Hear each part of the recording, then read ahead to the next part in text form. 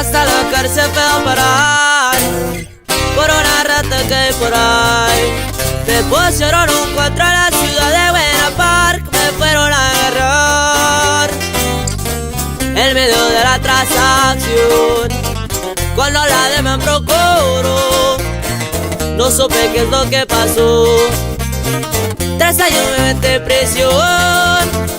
Recuerdo una semana atrás, andábamos en Michoacán, con el perro de Chapo andábamos bien empestados, billetes había de más.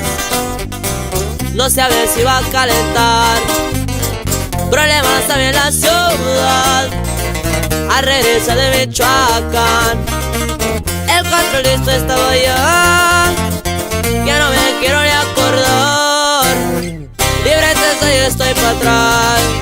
Mi gente se ha quedado con mi gente, mi trabajo, mi puesto firme se está.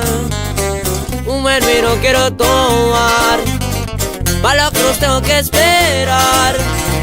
Esa más que les cuesta para empezar a traficar.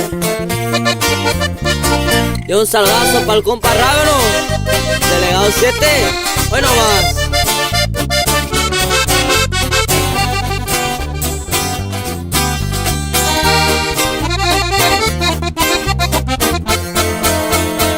Un pantera en la jaula está, un amigazo de verdad.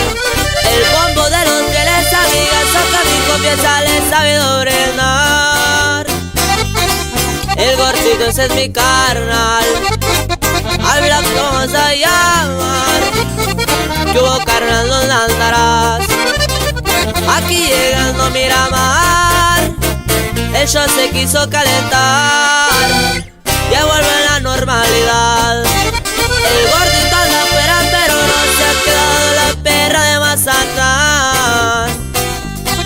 Esa fue bien firme que está, trae la silla de su carnal, aquí lo vamos a esperar.